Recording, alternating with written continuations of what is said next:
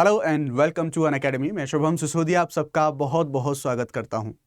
अभी हाल फिलहाल में जानते हैं आप यूपीएससी के द्वारा ईपीएफओ, ईओ और एओ का जो हमारा एग्जाम है उसके लिए नोटिफिकेशन अभी इशू कर दिया गया है। अब इस एग्जामिनेशन के बारे में बताऊं, आपने बहुत सारे वीडियो या फिर आपने कई जगह से सिलेबस जैसी चीज़ें देख ली होंगी, जान लिया होगा कौन कौन एलिजिबल है। लेकिन इस वीडियो में मैं आपको बताना चाहता हूं, इसमें जो सारा नोटिफिकेशन उसकी डिटेल तो रहेगी, लेकिन इसके साथ साथ क्वेश्चन कैसे आते हैं सो दैट आपको एक आइडिया लग जाए। क्योंकि इसमें जो कंपटीशन है वो कंपटीशन आपको यूपीएससी का तो पूरा देखने को मिलेगा ही मिलेगा। यूपीएससी सिविल सेवा की जो आईएएस आईपीएस पीसीएस का एग्जामिनेशन देते हैं वो सारे लोग तो आपको मिलेंगे ही मिलेंगे। लेकिन ऐसे एग्जाम्स में वनडे एग्जाम यानी कि जो एसएससी सीजीएल जैसे लोग हैं, एनडीए सीडीएस का एग्जाम देने वाले जो लोग हैं, वो कंपटीशन भी आपको यहाँ पर देखने को मिलता है।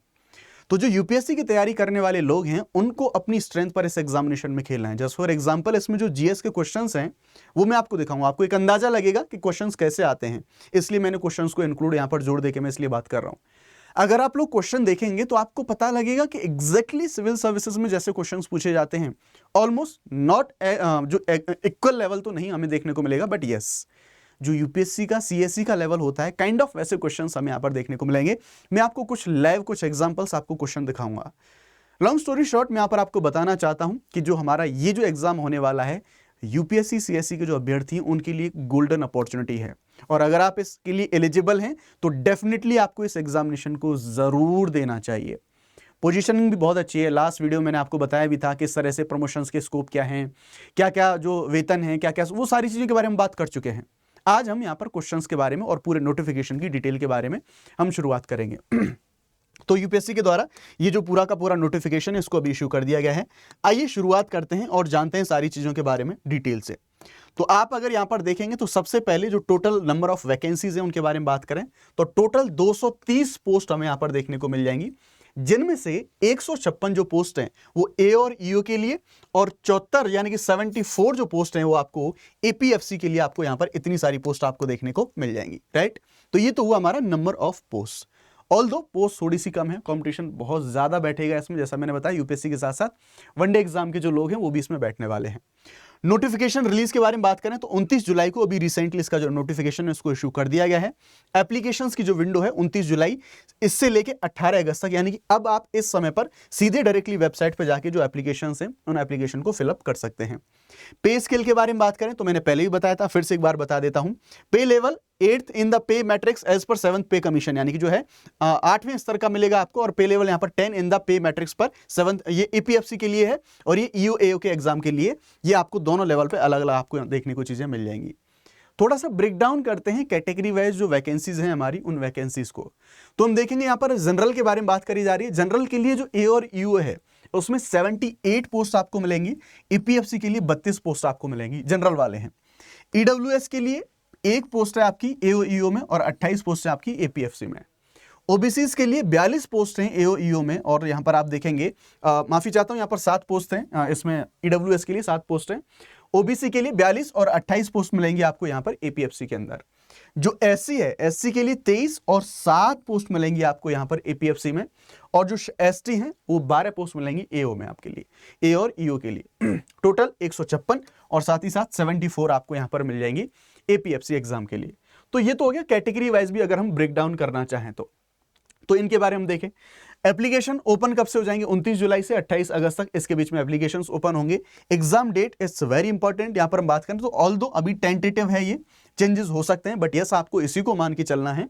तो ये है आपकी 30 नवंबर, यानी कि आपका जुलाई खत्म हुआ, अगस्त सितंबर अक्टूबर नवंबर, 4 महीने आपको सीधे सीधे मिल रहे हैं। और अगर आपका बेसिक क्लियर है, आपने जीएस जैसे सब्जेक्ट हैं, अगर आप डेफिनेटली अगर आप यूपीएससी की तैयारी कर रहे हैं, पीसीएस की तैयारी कर रहे हैं, कुछ एसएससी वाले लोग भी होंगे, तो जीएस वगैरह तो आपने पढ़ा ही होगा, कुछ आपने सीसेट की तैयारी तो करी होगी। तो अलग से जैसी चीज़ें आपको पढ़नी है, जैसे अकाउंटिंग के बारे में बात करें, लेबर लॉ के बारे में बात करें, कुछ कंप्यूटर होता है उसके बारे में बात करें, इंडस्ट्री रिलेशंस होता है उसके बारे में बात करें, तो जीएस का कंप्लीट रिवीजन करने के लिए और इस सेक्शन को तैयार करने के लिए आपके पास 4 महीने का सफिशिएंट समय है। तो इस मौके का फायदा आप जरूर उठाएं। तो ये 30 नवंबर को एग्जाम होने वाला है। रिटन एग्जाम होता है, यानी कि ऑब्जेक्टिव एमसीक्यू बेस्ड 300 नंबर का जो आपको क्वेश्चन पेपर हो, क्वेश्चन पेपर देखने को मिलेगा। यहां पर हम देखें तो जो एग्जाम है और इंटरव्यू है, रिटन एग्जाम होता है जैसे मैंने बताया, फिर उसके बाद सीधा जो इंटरव्यू है वो इंटरव्यू आपको देखने को मिलेगा। कौन कौन दे सकता है? तो इंडिया, नेपाल, भूटान, यहाँ पर जो ऑफिशियल जो नोटिफिकेशन में सारी चीजें दी जाती हैं, तो इंडिया, नेपाल, भूटान, यानी कि यहाँ के लोग भी देखते हैं, अपने को अपने पे फोकस करना है। कुछ लोग बाहर से आते हैं, वो अलग मामला है। ग्रेजुएशन चाहिए, इसमें अगर आप एलिजिबिलिटी बात करें तो ग्रेजुएशन चाहिए, लेकिन एज लिमिट थोड़ा सा डिफरेंस मामला होता है, कंफ्यूजन कई बार हो जाता है। जो ईओ और एओ की पोस्ट है उनके लिए आपकी एज कितनी? 30 साल होनी चाहिए, मैक्सिमम हो सकती है, यानी कि मतलब ये मिनिमम नहीं है, ये मैक्सिमम की बात करी जा रही है, 30 साल तक और 35 साल तक एपीएफसी के लिए, ठीक है। तो यहां पर जो थोड़ा सा जिन लोगों की एज ज्यादा है, जो लोग अपने आखिरी अटेम्प्ट वाले पड़ाव में हैं, तो उनके लिए एपीएफसी वाली चीजें हैं वो थोड़ी सी ज्यादा हमें यहाँ पर देखने को मिलती हैं। बाकी age relaxation as per categories हैं, वो सारी चीजें हमें यहाँ पर देखने को मिली जाती हैं। फीस कितनी पे करनी पड़ेगी साहब आपको? तो फीस के बारे में बात करें, तो कैटेगरी के बारे में बात करें तो आप देखेंगे जनरल, ओबीसी, ईडब्ल्यूएस, इनके बारे में बात करें तो ये 25 रुपए फीस, और साथ ही साथ वुमेन, एससी, एसटी केवल 0, कुछ भी नहीं है। यहाँ पर बात करें तो जो 2023 का जो नोटिफिकेशन था उसके हिसाब से सारी चीजें हमें देखने को मिलेंगी, यानी कि 50 रुपए, और वो सारी चीजें हमें यहाँ पर इस तरह से देखने को मिल रही हैं।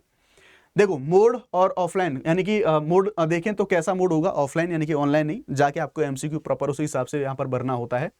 पेपर स्ट्रक्चर के बारे में बात करें तो ऑब्जेक्टिव टाइप के एमसीक्यूज हैं, वो आपको देखने को मिलते हैं। लैंग्वेज के बारे में बात करें तो हिंदी और इंग्लिश दोनों में क्वेश्चंस आते हैं, लेकिन जो इंग्लिश वाला सेक्शन है वो केवल इंग्लिश में ही होता है, definitely, obviously. Total number of questions मिलेंगे आपको यहाँ पर 120 क्वेश्चंस आपको देखने को मिलेंगे, और टोटल मार्क्स कितने देखने को मिलेंगे? यानी कि 300 नंबर टोटल आपको मैक्सिमम मार्क्स देखने को मिलेंगे। नेगेटिव मार्किंग यस होती है, 1/3 नेगेटिव मार्किंग होती है यहाँ पर, जो आपको टोटल देखने को मिलेगी, और ड्यूरेशन आपको 2 घंटे में आपको जो पूरा का पूरा अपना पेपर है वो पूरा पेपर आपको यहाँ पर निपटाना होता है, ठीक है। तो ये कुछ चीजें आपको देखने को मिलेंगी। तो ये तो नोटिफिकेशन की कुछ जरूरी और जो सामान्य जानकारियां हैं उनके बारे में हमने बात करी। अब मैं आपको दिखाऊंगा जो पीवाईक्यूज हैं उन पीवाईक्यू के बारे में, सो दैट आपको एक अंदाजा हो। And to be very honest, genuinely questions का लेवल बहुत अच्छा है। मैं जब क्वेश्चन पेपर पीवाईक्यू को देख रहा था तो मैं अपने विषय के, जैसे मैं पॉलिटी पढ़ाता हूं, तो मैं उन क्वेश्चन पेपर को भी देख रहा था, तो एक बहुत अच्छा, बहुत शानदार लेवल के क्वेश्चन पेपर हमें देखने को मिले थे।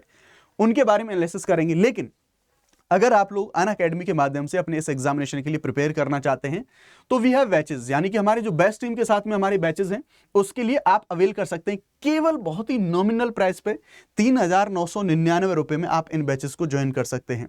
ये दरअसल यलगार बैच है, इस यलगार बैच को लॉन्च करा गया है यहाँ पे। इसमें आपको सब कुछ मिलेगा, डेली लाइव क्लासेस मिलेंगी आपको, बाइलिंगुअल हिंदी और इंग्लिश दोनों भाषाओं में। 350+ आवर्स की जो क्लासेस हैं वो होंगी। टेस्ट सीरीज मिलेगी आपको यहाँ पर, 10 ऑनलाइन टेस्ट हैं वो आपको यहाँ पर मिलेंगे, क्लास नोट्स मिलेंगे, और आपको 12 महीने का, पिछले 12 महीने का जो करंट अफेयर्स है, नोट्स हैं सब्जेक्ट वाइज, वो आपको अलग से मिलेंगे। और आपको यहाँ पर एग्जाम गाइड बुक है विद टॉपिक वाइज पीवाईक्यू, वो आपको पीवाईक्यू सब कुछ आपको केवल इस प्राइस में आपको मिल जाएगा। जो बैच के लिंक हैं, सारे के सारे लिंक इस वीडियो के डिस्क्रिप्शन में दिए गए हैं, आप बैच को ज्वाइन कर सकते हैं। देखिए, अगर हम यहाँ पर बात करें, अगर इस बैच के बारे में बात करें, अगर आपको यहाँ पर मैक्सिमम डिस्काउंट चाहिए तो आप यहाँ पर शुभ 50 ये कोड का आप इस्तेमाल कर सकते हैं।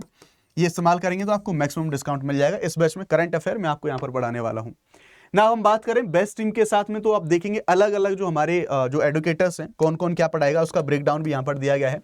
नंबर ऑफ सेशंस कितने होंगे, तो आप देखें जनरल इंग्लिश विशाल सर पढ़ा रहे हैं, 10 जो क्लासेस हैं वो देखने को मिलेंगी।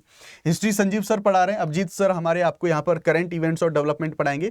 नवदीप सर आपको इंडियन पॉलिटी पढ़ाएंगे। इंडियन इकोनॉमी आपको सौरभ पांडे सर पढ़ाएंगे। रौनक खत्री सर आपको जीए प्रिंसिपल्स पढ़ाएंगे। नंदिनी मैम आपको जनरल साइंस पढ़ाएंगी। परवेज सर आपको यहाँ पर नॉलेज ऑफ कंप्यूटर एप्लीकेशन हैं वो पढ़ाएंगे। और पुनीत कुमार शर्मा सर आपको जनरल मेंटल एबिलिटी पढ़ाएंगे। सुमित वर्मा सर आपको यहाँ पर क्वांटिटेटिव एप्टीट्यूड, और इस तरह से नवदीप सर लेबर वेलफेयर, और मोनिका मैम आपको सोशल सिक्योरिटी वाली चीजें। टोटल आपको सारी की सारी जो सेशंस हैं वो आपको यहां पर देखने को मिल जाएंगी। तो ये हमारा पूरा इस बैच का जो शेड्यूल है, वो पूरा शेड्यूल आपके सामने यहां पर आपको देखने को मिल जाएगा। अब बारी आती है कि चलो ठीक है, आपको अंदाजा तो हो तो कि वास्तव में आपको बैच ज्वाइन करना चाहिए, आप खुद से प्रिपरेशन कर सकते हैं। तो आप एक बार ना क्वेश्चंस पर नजर मारने की कोशिश करो। और मैंने कोशिश करी है थोड़ी सी कि मैं डाइवर्स रखूं जो सब्जेक्ट्स है हमारे, कि कहां से कैसे क्वेश्चंस आते हैं। पर चूंकि सीधी सी बात है, मैं पॉलिटी पढ़ाता हूं, इंडियन पॉलिटी एंड कॉन्स्टिट्यूशन में पढ़ाता हूं, तो मेरी नज़र तो सबसे पहले अपने सब्जेक्ट पे जाएगी।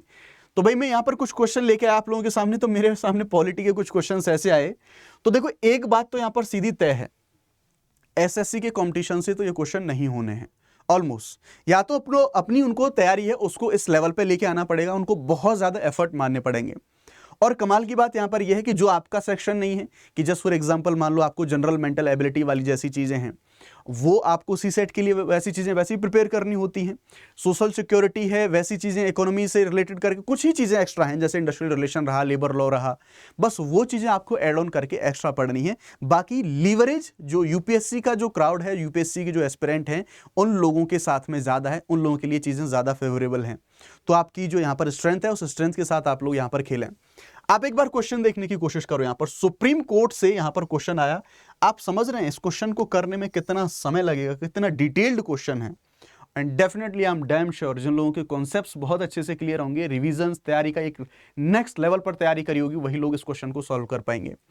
देन हम यहां पर देखेंगे, उसके बाद एमपी लेट से यहां पर क्वेश्चन आया, संसद सदस्य स्थानीय क्षेत्र ग्राम विकास योजना, वहां से क्वेश्चन पूछा गया है। तो यहां पर भी आप देख रहे हैं 1 2 3 4 स्टेटमेंट, 1 2 3 4 स्टेटमेंट, और इस तरह से क्वेश्चन, यानी कि क्वेश्चन का लेवल समझने की आप यहां पर कोशिश कर सकते हैं। उसी तरह से मैंने यहां पर फिर से क्वेश्चन लिया है यहां पर, तो आप देखेंगे 1773 यानी कि हिस्ट्रिकल बैकग्राउंड, वहां से क्वेश्चन लिया गया है। तो ऑलमोस्ट आप देख रहे होंगे एग्जैक्टली यूपीएससी वाला जो सिविल सर्विस का पैटर्न है, वही पैटर्न आपको देखने को मिल रहा है। अब ये तो रहा जीएस का एक अंदाजा, जीएस का लेवल है बहुत अच्छा लेवल है। बाकी आप अगर सब्जेक्ट्स में जाएंगे तो आप यहां पर देख सकते हैं, जैसे हमारा इंडस्ट्रियल रिलेशन रहा, इंडस्ट्रियल रिलेशन में मैंने आपको एक चीज नोटिस यहां पर करी कि इंडस्ट्रियल रिलेशन में दोनों चीजें मिक्स हैं। कंसेप्ट यानी कि हार्ड लेवल के क्वेश्चन भी हैं, और उसके साथ साथ फैक्चुअल क्वेश्चंस भी आ रहे हैं। और कई बार इतने ज्यादा फैक्चुअल क्वेश्चंस पूछ लिए जाते हैं कि स्पेसिफिकली किसी राज्य का नाम पूछ लेगा, कोई डेटा पूछ लेगा, ऐसी सारी चीजें। ऑल्दो ये जो ईपीएफओ के लिए ए और ईओ वाला क्वेश्चन पेपर है वो दिखा रहा हूं, कुछ आगे जाके एपीएफसी के क्वेश्चन पेपर भी मैंने आपके लिए यहां पर लगाए हैं। तो यहां पर डायरेक्टली आपसे राज्य है उसको एलिमिनेट करवा लिया, उसके बारे में पूछ लिया। अब जैसे मैंने आपको बताया कि मिक्स टाइप ऑफ क्वेश्चंस हैं वो आपको देखने को मिल रहे हैं, आप यहां पर देखेंगे तो ये अगेन इंडस्ट्रियल रिलेशन से क्वेश्चन है, यहां पर नहीं के बारे में पूछा है क्वेश्चन। तो अगेन यहां पर 4 स्टेटमेंट दिए, तो जैसा मैंने बताया ऐसी बात नहीं उस क्वेश्चन को देख के आपको ये लगे कि सिर्फ फैक्चुअल क्वेश्चन है, नहीं, स्टेटमेंट बेस्ड क्वेश्चन भी आपको यहां पर देखने को मिल रहे हैं। अगर आप थोड़ा सा हम यहां पर जीएमए के बारे में बात करें तो आपको सारी चीजें यहां पर देखने को मिल जाएंगी। जैसे आप देख सकते हैं कि अगर इजी क्वेश्चन है तो भाई साहब थोड़ा सा बड़ा यानी कि थोड़ा लेंथी जैसे क्वेश्चन हैं वो भी आपको यहां पर देखने को मिल जाते हैं, दोनों चीजें आपको देखने को मिलेंगी। ये एपीएफसी के क्वेश्चंस हैं, यहां पर अगर आप देखें तो एपीएफसी के कुछ मैंने पीवाईक्यूज हैं वैसे लगाए हैं यहां पर। तो देखो जिस तरह से जैसे यूपीपीसीएस में ट्रेंड रहता है, आपने यूपीपीसीएस के क्वेश्चंस देखे होंगे, तो वहां पर क्रोनोलॉजी से बहुत सारे क्वेश्चंस पूछे जाते हैं भर भर के। तो इसी तरह का क्वेश्चन पूछ लिया, पानीपत का पहला युद्ध, वियतनाम फ्रांसीसी, प्रथम खाड़ी युद्ध, द्वितीय विश्व युद्ध, इनको अब आपको क्रम में लगाना है, ऐसा क्वेश्चन पूछ लिया। लेकिन इतना आसान नहीं इसको करना भी। मुद्रा यानी कि अगर इकोनॉमी का आप देखेंगे तो इकोनॉमी के कुछ ऐसे क्वेश्चन है, यानी कि ये भी कॉन्सेप्चुअल क्वेश्चन है। आपके अगर सारे के सारे कॉन्सेप्ट बहुत अच्छे से क्लियर हैं तभी आप जाके इन क्वेश्चंस को सॉल्व कर सकते हैं। आप साथ ही देखें यहां पर एफटीए से क्वेश्चन पूछ लिया, मुक्त व्यापार क्षेत्र, जैसे अभी हम देखें ब्रिटेन से, जैसा हमने अभी एफटीए की जो न्यूज है, जो करंट अफेयर है वो हम यहाँ पर देख रहे हैं, तो उससे कैसे किस प्रकार के क्वेश्चन पूछे जा सकते हैं देख सकते हैं आप, ये किस तरह से बहुत शानदार लेवल के क्वेश्चन हैं वो बन रहे हैं। यहाँ पर आप देखेंगे इसी तरह से जो अब आपका मैथमेटिक्स वाली चीजें हैं उनमें से आप देखेंगे तो ये भी सारी चीजें, जो सारे क्वेश्चन हैं वो इस तरह के क्वेश्चन। तो मतलब आपको इनसे ये है कि एक आइडिया मिल जाएगा कि भाई आपको अपनी जो प्रिपरेशन है उस प्रिपरेशन को आपको किस दशा में लेके जाना है, किस दशा में और किस दशा में जाके आपको उनको प्रिपेयर करना है। तो भाई अगर आप क्वेश्चन पेपर देख रहे हैं, मैं ये कहूंगा वेबसाइट पे जाके आप पूरा क्वेश्चन पेपर एक बार डाउनलोड कर लेना, डिटेल में पीवाईक्यूज को देख लेना। अगर आप लोग बैच ज्वाइन करते हैं तो वहां तो आपको पीवाईक्यू डिटेल में मिलेंगे ही सॉल्व हुए। तो यहां पर आप एक बार ये चीज जरूर देख लें, ये बहुत इंपॉर्टेंट, यानी कि आपके एग्जामिनेशन के लिए बैकअप प्लान एक बहुत अच्छा हो सकता है। बैकअप भी छोड़ दीजिए, आप अगर यूपीएससी या सिविल सेवा की तैयारी कर रहे हैं तो आपको ये क्वेश्चन, ये एग्जामिनेशन देना चाहिए। और सीधी सी बात है, सिलेबस और पीवाईक्यूज के लिए सबसे मैंडेटरी हो जाते हैं, तो होपफुली आपको इससे थोड़ा सा आइडिया लग गया होगा। तो यस, अपना फॉर्म भरें, अपनी तैयारी को आप शुरू कर सकते हैं। थैंक यू वेरी मच, जय हिंद।